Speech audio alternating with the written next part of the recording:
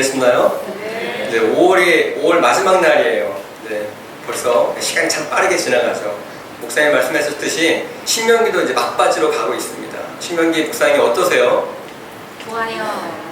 네, 저는 어려우면서도 재밌는 것 같습니다. 그래서 오늘은 마지막으로, 저에게 마지막으로 신명기를 좀 가지고 나눠보도록 하겠습니다. 여러분, 오늘 교회 오실 때 여러분들 주머니 속에는 무엇이 들어있었습니까? 핸드폰, 휴대폰에 들어있는 사람들도 있었을 것이고, 차키가 있는 분들도 있었을 것이고, 카드나 몇 장의 지폐가 있는 분들도 있었을 것입니다. 그런데 사실 주머니 속은 사람들에게 잘 보이지 않습니다.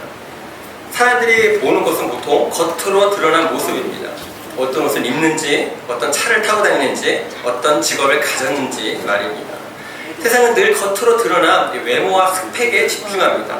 그래서 우리도 역시 그 세상의 시선에 신경을 쓰며 살아갑니다. 때로는 우리의 신앙생활도 그럴 때가 있다는 것이죠. 주일이 되면 이렇게 정결한 옷을 입고 예배당에 나와서 거룩하게 찬양을 하고 예배를 드립니다. 그래서 이 자리에 앉아있는 모습만 보면 모두가 흠잡을 데 없는 하나님의 백성처럼 보입니다. 그런데 여러분, 우리의 진짜 신앙은 어디서 언제 드러날까요? 주일 아침 예배당에 앉아있는 한 시간을 통해서 드러날까요? 아니라는 것이죠. 월요일부터 토요일까지 아무도 나를 교인으로 보지 않는 세상 속에서 사람들을 대하고 돈을 쓰고 무엇을 선택하는 일상들의 시간 속에서 우리의 진짜 정체가 드러나는 것입니다.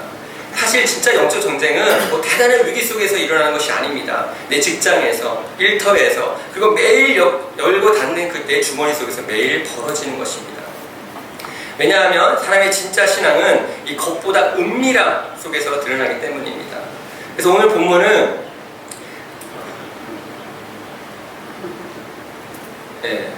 오늘 본문은 이 사람들의 눈에 잘 보이지 않는 이 주머니 속 이야기를 합니다. 먼저 오늘 본문 함께 읽어보도록 하겠습니다. 제가 한 절, 여러분들이 한 절, 교독하면서 읽도록 하겠습니다. 당신들은 주머니에 크고 작은 다른 저울추를 2개 가지고 있어서는 안 됩니다.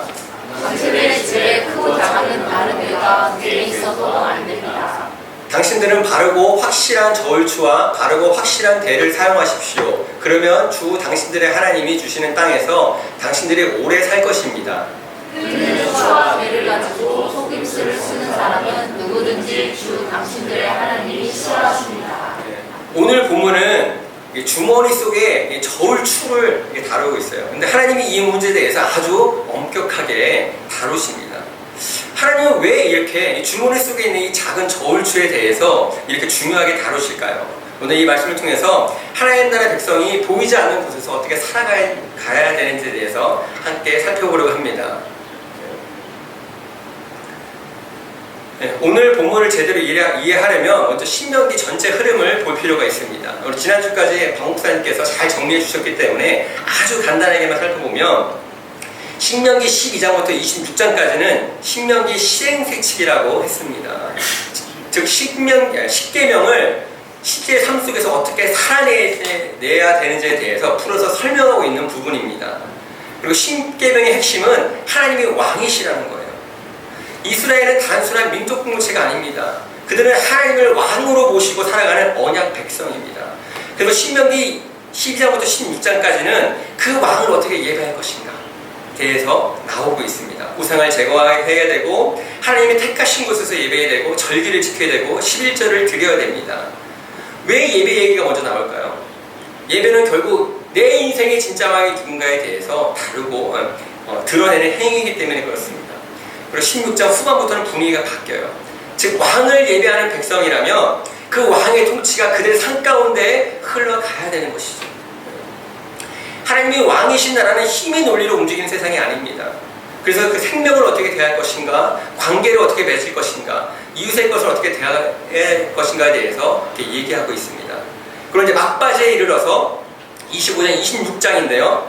이 부분은 십계명 마지막 계명, 제 10계명이죠. 내 이웃의 것을 탐내지 말라는 말씀의 확장입니다. 그러니까 앞의 계명들은 비교적 겉으로 드러난 행동에 대해서 다뤘다면 이 마지막 계명은 그 행동들을 만들어내는 마음의 문제까지 들어가고 있는 것입니다. 사람이 왜 남의 것을 빼앗습니까? 왜 사람이 거짓을 말합니까? 왜 사람이 손해보지 않으려고 합니까? 이 마음속 깊은 곳에 결국 탐심이 자리 잡고 있기 때문입니다. 이 탐심은 단순한 욕심 정도가 아닙니다. 인간이 하나님을 떠나서 스스로 왕이 됐어요. 근데 문제가 뭐예요? 전능하지 않다는 것이죠. 왕이 되었는데 내가 나의 주인, 내가 나의 왕이 되었는데 전능하지 않다는 것입니다. 그러니까 어떻습니까? 불안합니다. 그래서 자꾸 전능하다고 생각되는 무엇인가를 계속 붙들려고 합니다. 돈을 붙들려고 하고요, 권력을 붙들려고 하고요, 명예를 붙들려고 합니다. 그런데 그것들은 아무리 채워도 만족이 없습니다. 남과 비교하게 되고, 그래서 더 불안하고, 그래서 더 가지려고 하고, 가지고 하지만 더 가졌다고 해서 그것들이 만족하는 것이 아니라 공허해집니다. 그리고 다른 무언가를 계속적으로 채우려고 하는 것이죠. 이것이 바로 탐심입니다. 즉 탐심이라는 것은 하나님이 계셔야 할 자리에 그 빈자리를 다른 것으로 메우는 것, 그것이 바로 탐심입니다. 그래서 오늘 본문은 그 탐심에 대해서 아주 구체적으로 보여주고 있거든요. 오늘 본문은 오늘은 저희가 25장만 읽었지만 25장 26절이 전체 본문인데요. 각기 다른 율법들을 이렇게 나열하고 있는 것 같지만 사실 두 장의 흐름은 하나입니다. 내 주머니의 주인은 누구냐라는 것입니다. 오늘 본문은요, 시장의 이야기입니다. 장사꾼의 이야기예요. 당시는 지금처럼 이렇게 전자저울이 있는 시대가 아니었습니다. 그리고 당시 사람들은 물건을 살 때 이 저울추를 사용했습니다. 저울추 보신 적 있으세요? 네, 고개를 끄덕이실 분들은 옛날 사람. 연배가 좀 있으실 거라고 생각합니다. 네, 저도 한국에서 볼 기회가 없었는데요.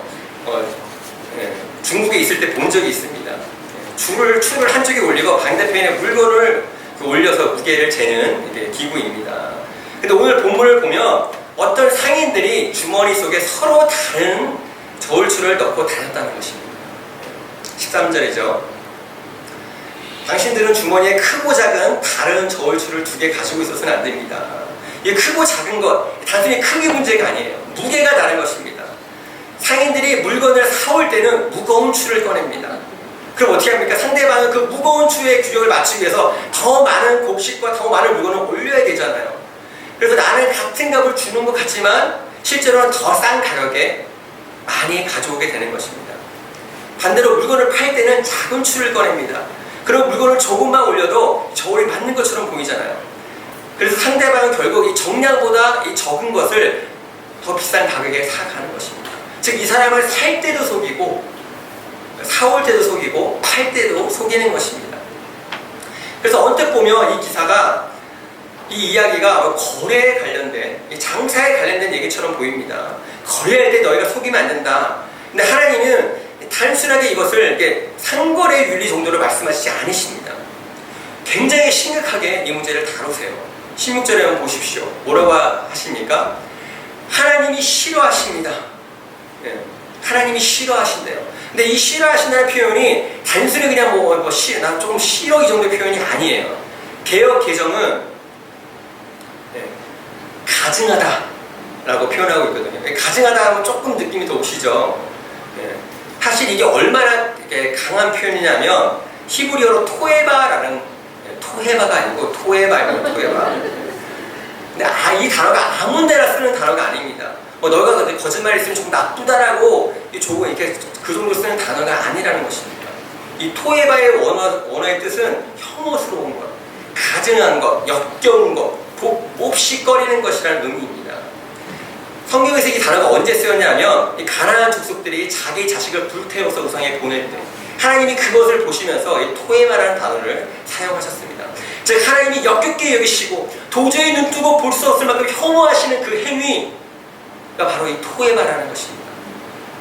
근데 본문에서는 우상 숭배가 아니라 우리가 날마다 출근하고 돈을 벌고 계약서를 쓸고 이 장사는 일터의 주머니 속에 이 저울을 향해서 토에바라고 말씀하시는 거예요.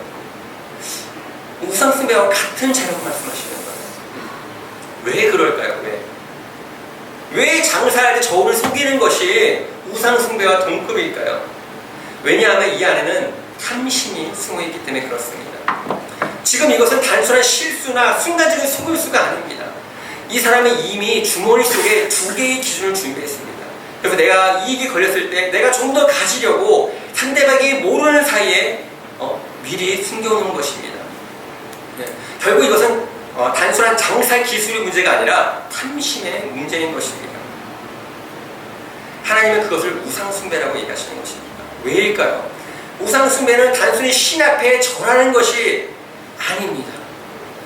우상숭배는 하나님이 계셔야 할 자리에 다른 것으로 채우는 것이 바로 우상숭배인 것입니다.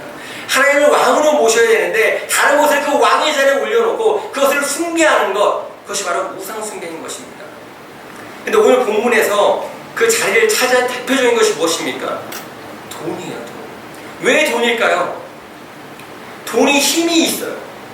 아니, 힘이 있어 보여요. 돈이 있으면 무엇이든지 할 수 있을 것 같고, 돈이 있으면 다른 사람 위에 설 수 있을 것 같고, 돈이 있으면 내 삶을 지켜줄 것 같습니다.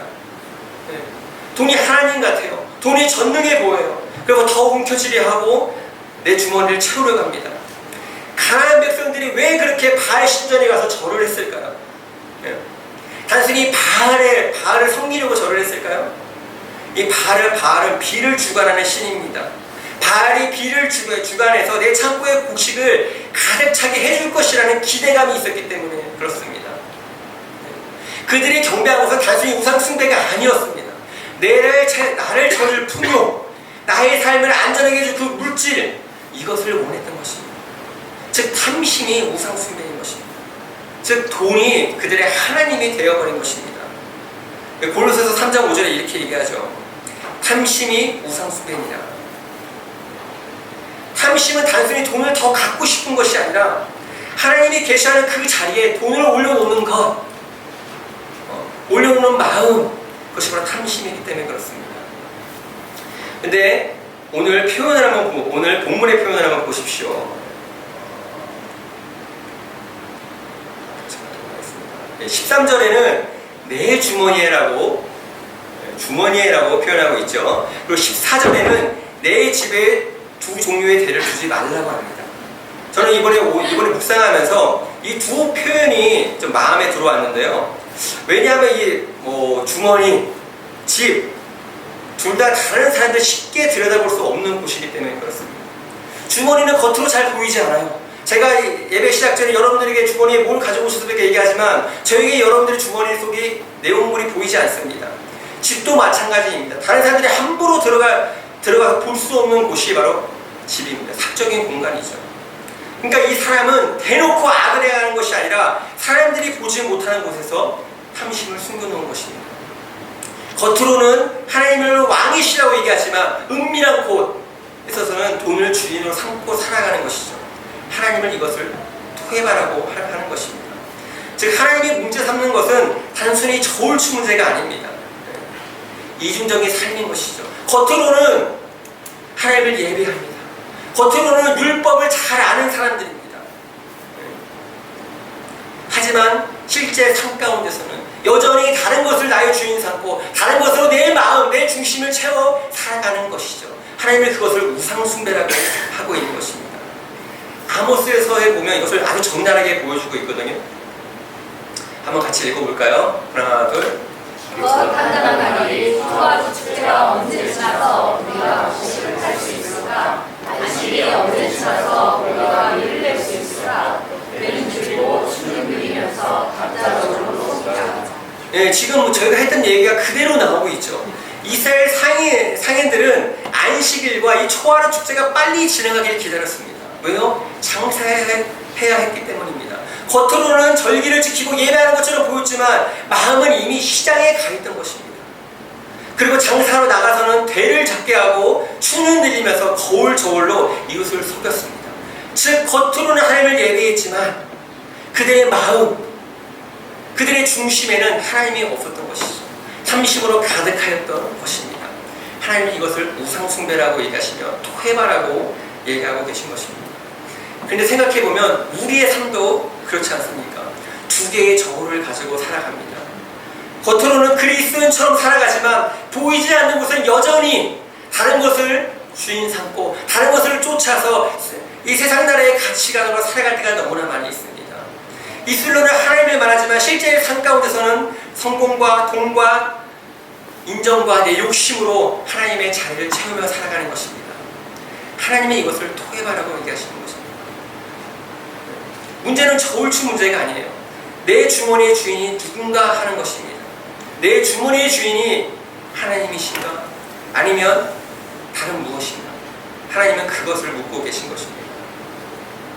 그렇다면 이 토에바의 질병, 이 은밀한 곳의 우상 숭배를 어떻게 해결할 수 있을까요? 모세는 26장 초반부에 이것을 설명합니다. 이 해결책을 제시해 줍니다.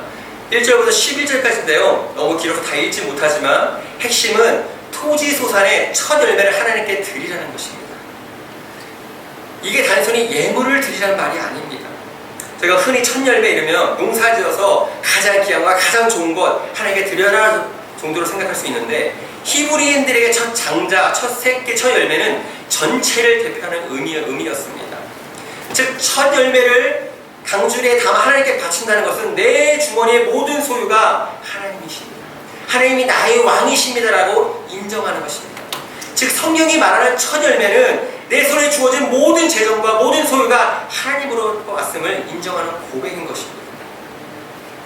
근데 오늘 본문을 자세히 보면 안 읽었죠. 한번 묵상하셨으니까 1절부터 11절까지 자세히 보면 하나님이 그냥 이 강주에 담아서 놓고 가라고 얘기하지 않으세요. 반드시 그것을 제사장 앞에 드리고 과거를 기억하며 입술로 하나님의 은혜를 선포하러 가십니다.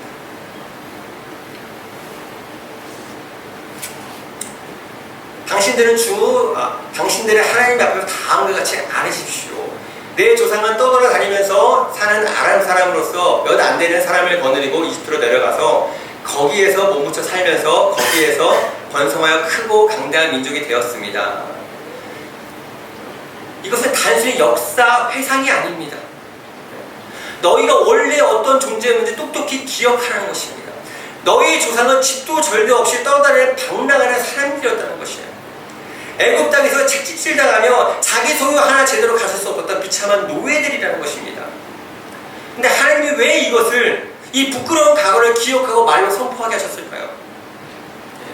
왜냐하면 인간은 조금만 살만해지면 내 주머니에 들어온 돈이 다 내 능력으로 번 것 같고 내 수고로 얻은 소유로 착각하기 때문입니다.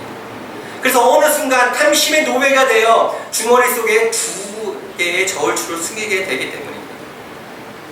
그래서 하나님은 먼저 우리에게 우리의 실체를 기억하게 하십니다.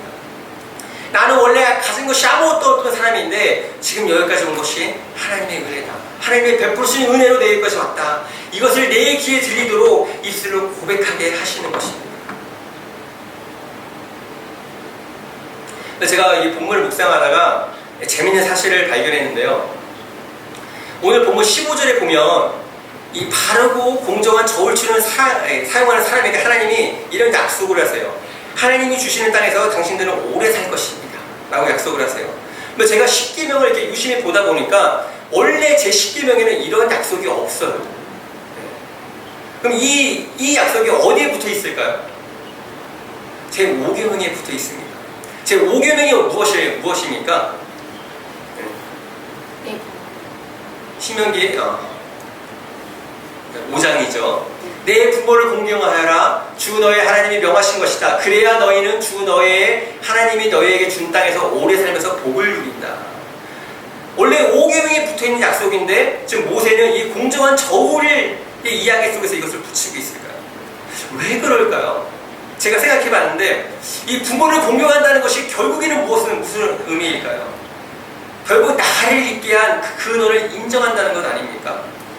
즉 이 공정한 저울추를 지키는 것도 같은 의미라는 것입니다. 내 삶의 물질의 근원이 하나님이심을 인정하는 행위라는 것이죠. 즉 아무도 보이지 않는 주머니 속에서도 하나님을 인정하라. 그리하면 너희가 그 땅에서 오래 살면서 복을 누린다. 즉 하나님이 너희를 살리시고 너희를 먹이시고 너희를 책임지실 것이라고 약속하시는 것이죠.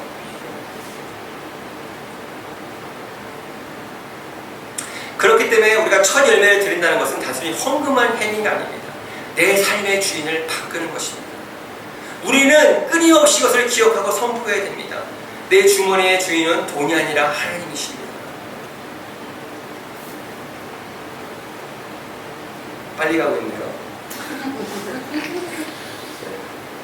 제가 이렇게 설교문을 이렇게 저기서 줬더니 번역을 했는데 26페이지죠. 근데 끝나갑니다.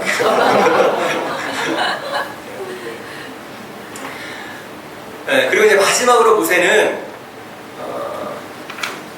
이렇게 내 주머니의 진짜 주인은 하나님으로 인정한 백성들에게 아주 중요한 선언을 합니다. 즉 지금까지 모세는 하나님이 왕이신 나라의 백성들이 어떻게 살아야 되는지에 대해서 쭉 설명해 왔습니다. 그리고 지금 마지막에 지금 하나님으로 백성을 살겠다는 언약을 하나님께 지금 맺고 있는 장면입니다. 근데 그 계약서의 내용이 무엇입니까? 예, 그 이제 21장 후반부에 가면 그 계약서의 내용이 나오는데 17절, 18절입니다. 한번 같이 읽어볼까요? 하나, 둘. 오늘 당신들의 주인을 하나님으로 모시고 그의 길을 따르며 그의 규례와 명령과 법도를 지키며 그에게 순종하겠다고 약속하였습니다. 주님께서 당신들에게 약속하신 대로 오늘 당신들을 주님의 소중한 백성으로 받아들이고 그의 모든 명령을 다 지켜야 한다고 선언하셨습니다. 네, 지금 이스라엘 백성들과 지금 하나님께서 언약을 맺으시는데 그 언약의 그 계약 내용이 뭐예요? 당신들의 주님을 하나님으로 모시고 하나님을 주인으로 왕으로 인정하는 것입니다. 그러면 하나님도 그들을 소중한 백성으로 받아들이겠다는 것입니다. 어디서 많이 본 표현 아닙니까? 너는 내 백성이 되고 나는 너희 하나님이 될 것이다. 바로 신해상 언약입니다. 이 모압 언약은 어떤 새로운 언약을 맺는 것이 아니라 이 신해상 언약을 갱신하고 있는 것입니다. 다시 확인하고 있는 것입니다. 그러면 하나님 백성이 된다는 말이 무엇일까요? 네, 하나님을 하나님으로 인정하는 것이죠. 지금 우리가 지금까지 얘기했던 겉으로만 하나님을 인정하는 것이 아니라 나의 모든 삶의 영역에 있어서 하나님을 왕으로 인정하는 것입니다. 하나님의 주되심을 인정하는 것이죠. 그런 백성들에게 하나님은 엄청난 약속을 하십니다. 18절이에요. 제가 다른 본문을 좀 드릴게요. 하나, 둘. 여호와께서도 우리에게 말씀하신 대로 오늘 너희를 외로운 백성이 되게 하시고 그의 모든 명령을 지키라 하셨느니라. 세 번째로 소중한 백성이라고 했는데 이 개역 개정 성경은 보배로운 백성이라고 표현합니다. 하나님이 그들을 보배로운 백성 삼으시겠다는 것이죠. 근데 여기서 보배로운 백성은 히브리어로 암세굴라입니다. 암세굴라. 암은 백성이라는 뜻이고요. 세굴라는 특별한 소유, 귀한 보물을 뜻합니다. 즉 여기서 세굴라는 그냥 조금 귀한 물건 정도가 아니에요. 왕이 이 국가의 재산이나 생각 구별해서 자기 보물 창고에 깊은 곳에 숨겨놓은 가장 귀한 보물, 왕이 가장 아끼는 개인적인 보물이 바로 이 세굴라입니다. 근데 하나님이 이스라엘 백성들에게 선포하시는 것이죠. 너희는 내 세굴라다. 내가 특별히 구별해놓은 내가 가장 아끼는 보물이다라고 얘기하시는 것입니다. 방금 전까지 뭐라고 하셨어요? 겉으로 하나님을 예배하지만 보이지 않는 곳에서 여전히 동을 왕으로 삼고 의지하는 백성들에게 토입하라고 하셨잖아요. 근데 그 백성들에게 지금 너희는 내가 가장 아끼는 보물이다라고 말씀하시는 거예요. 어떨 때요? 우리가 하나님을 왕으로 인정할 때 하나님이 우리로 하여금 너는 나의 세굴라다, 너는 나의 보물이다 라고 하셨을까요? 제가 오늘 이게 본문을 이렇게 자세히 보다 보니까 18절에 이렇게 얘기하고 있더라고요. 약속한 대로. 언제 약속하셨습니까? 시내산에서 약속하셨습니다. 즉 이스라엘이 완벽해서 보배로운 백성이 되는 것이 아니라 하나님이 먼저 언약으로 그들을 자기 백성 삼으셨다는 거예요. 즉 우리가 하나님을 나의 왕으로 삼아서 나의 왕으로 인정해야 잘 살아서 우리가 하나님의 세굴라가 되는 것이 아니라 이미 우리가 하나님의 세굴라이기 때문에 그런 삶을 살아가야 된다는 것이죠. 이것이 바로 거룩한 백성의 의미입니다. 19절에서 거룩한 백성 삼으셨다고 얘기하잖아요. 거룩하다는 것은 단순히 종교적 분위기를 얘기하는 것이 아닙니다. 하나님께 속한 백성으로 구별되었다는 것입니다. 세상 나라의 방식에 속하지 않고 만몬의 방식에 묶이지 않고 하나님께 속한 백성으로 살아가도록 구별하셨다는 것입니다. 우리는 구별된 백성입니다. 하나님의 세굴라입니다. 왕이 가장 깊은 곳에 강직해 놓은 귀한 보물입니다. 하나님이 우리를 그렇게 바라보신다는 것이죠. 이것이 바로 우리의 정체성입니다. 우리는 세상에 속한 사람이 아닙니다. 하나님께 속한 사람입니다. 왕의 본물입니다. 그러면 우리의 삶도 달라져야 되는 것입니다. 암세굴라답게 살아야 된다는 것입니다. 말씀을 마무리하도록 하겠습니다. 오늘 하나님이 우리에게 질문하십니다. 너의 주머니 속에 누가 왕이냐? 주머니 속에는 누가 왕이냐? 단순히 장사 이야기가 아니고요. 단순히 저울 이야기 아닙니다. 아무도 보이지 않는 은밀한 자기. 아직 많이 남았어요. 죄송합니다.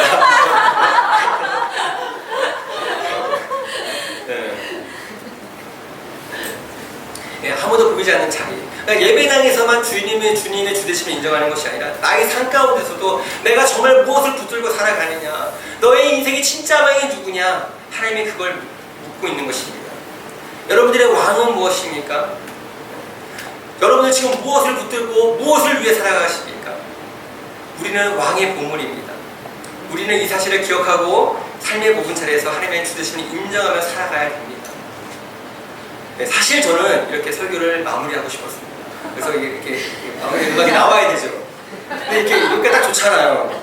제가 어제 설교 준비 이미 끝내놓고 어제 이렇게 묵상을 하는데 신명기 31장인데 모세가 갑자기 이상한 얘기를 하는 거예요. 백성에게 이렇게 얘기합니다.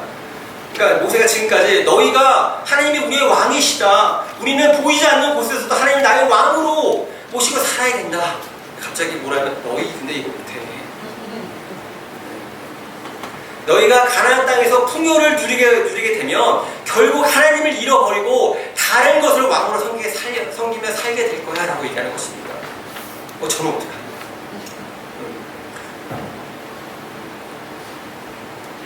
이렇게 설교를 다 준비했는데 그렇게 못 산다잖아요. 네. 이스라엘 백성도 못하는데 여러분 우리가 보이지 않는 곳에서도 우리가 하나님을 왕으로 삼고 살아야 됩니다. 되게 애매했습니다. 그래서 바꿔야 되나 이렇게 하다가 어제 묵상을 자세히 묵상하는데 그러면서 이제 발견한 것은 하나님도 다 아신다는 거예요. 이스라엘 백성이 실패할 것도 알고 배신할 것도 다 아십니다. 근데 포기하지 않으세요. 포기하지 않으세요. 그들이 배반하고 떠날 거 다 알고 경고도 하시지만 포기하지 않으시고 그냥 마위웨이를 걸으십니다. 또 여호수아를 부르셔서 약속하십니다. 두려워하지 말아라. 내가 반드시 들어가게 하겠다.